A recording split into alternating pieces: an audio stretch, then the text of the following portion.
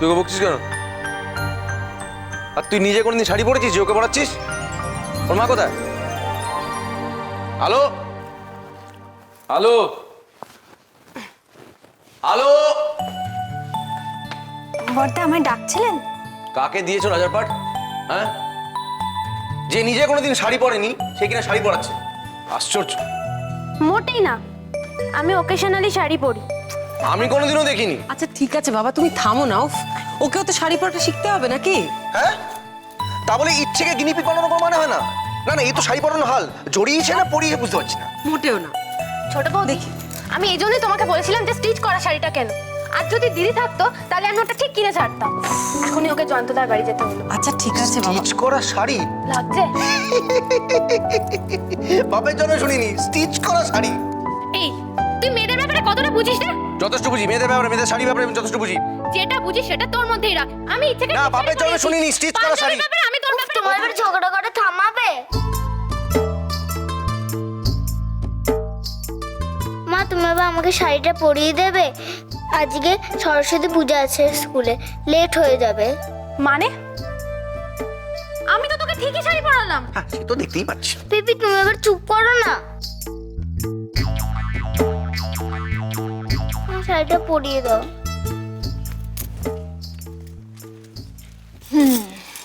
চলো, তোমাকে শাড়িটা পরিয়ে দিচ্ছি।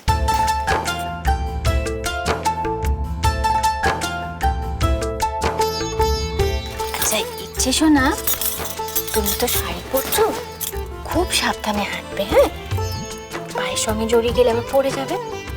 খুব সাবধানে হাঁটবে তুমি।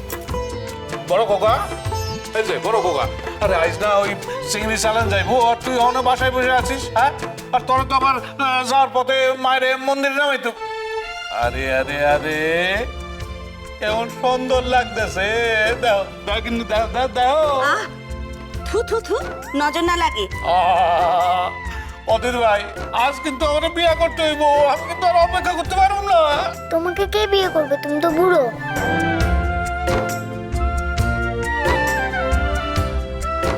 তার মানে আমার মেয়ের এখন একটা ইয়াং পাত্র চাই, তাই তো? হয়ে গেল বড় বৌদি, সব শেষ। এদিকে আয়, সব।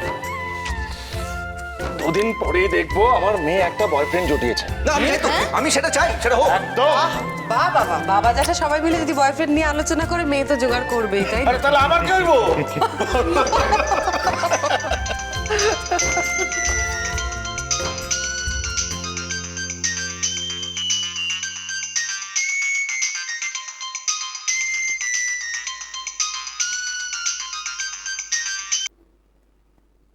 হ্যালো,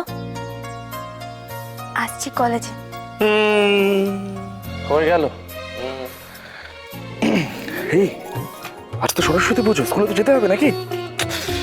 তোকে যা সুন্দর দেখতে লাগছে, শিগগিরই তোর বিয়ে দিতে হবে বলে মনে হচ্ছে আমার। একেবারে স্বয়ম্বর করে। শিগগিরই ইচ্ছে, লজ্জা পাচ্ছিস?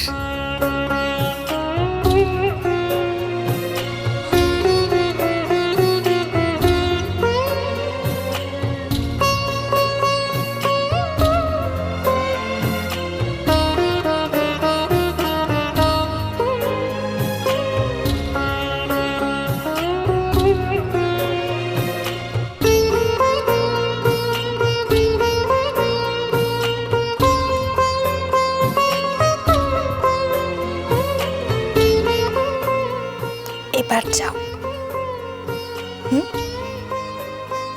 আর কারো নজর লাগবে না তোমার।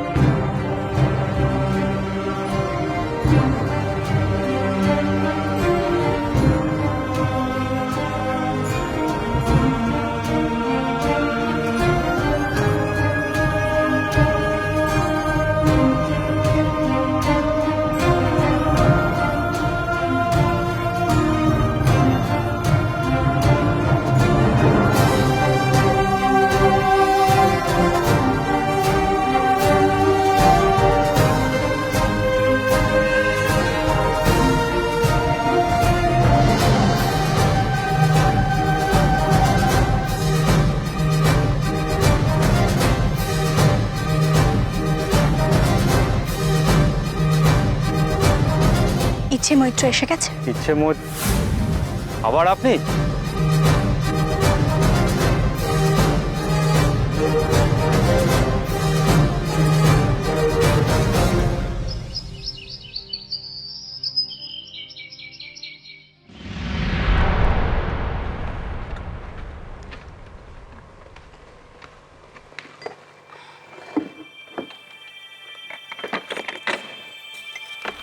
দিদিভাই, এতক্ষণে নিশ্চয়ই ইচ্ছেটা স্কুলে পৌঁছে গেছে বলো?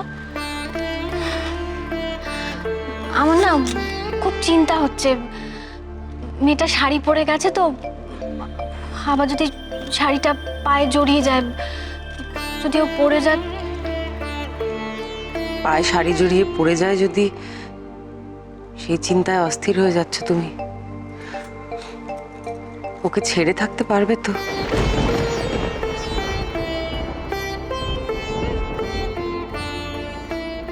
খুব যে বলছো সুহানিকে ফিরিয়ে দেবে।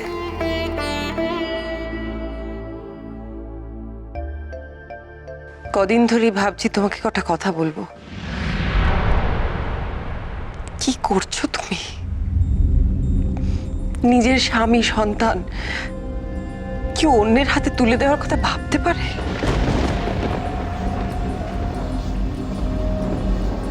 নিজের স্বামী সন্তান, এই কথাটা কি আমি আর জোর দিয়ে বলতে পারি দিদিভাই?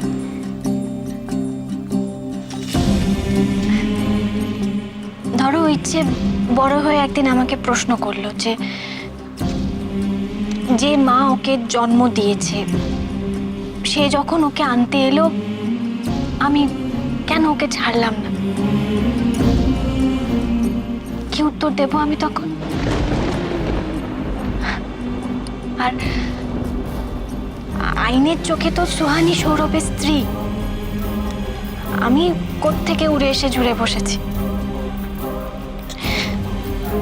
আচ্ছা ধরে নাও দিদিভাই, এখন যদি সুহানি আর সৌরভের সম্পর্কটা থাকতো, তাহলে তো তোমরাই বলতে না যে আমি ওই ঘর ভাঙানি মেয়েদের মতন। চুপ করো। কি বলছো তুমি এসব? আমরা জানি না তুমি কি। সৌরভের চোখে তুমি কি, ইচ্ছের চোখে তুমি কি, আমাদের সবার চোখে তুমি কি? তার কোনো দাম নেই। আমরা দেখেছি আলো, তুমি ইচ্ছের জন্য কি করেছো আমরা দেখেছি।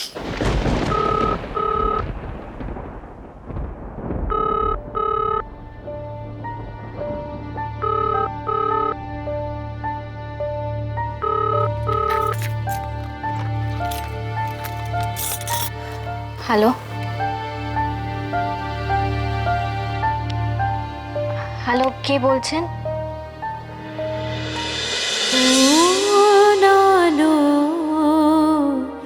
লাগলো চোখে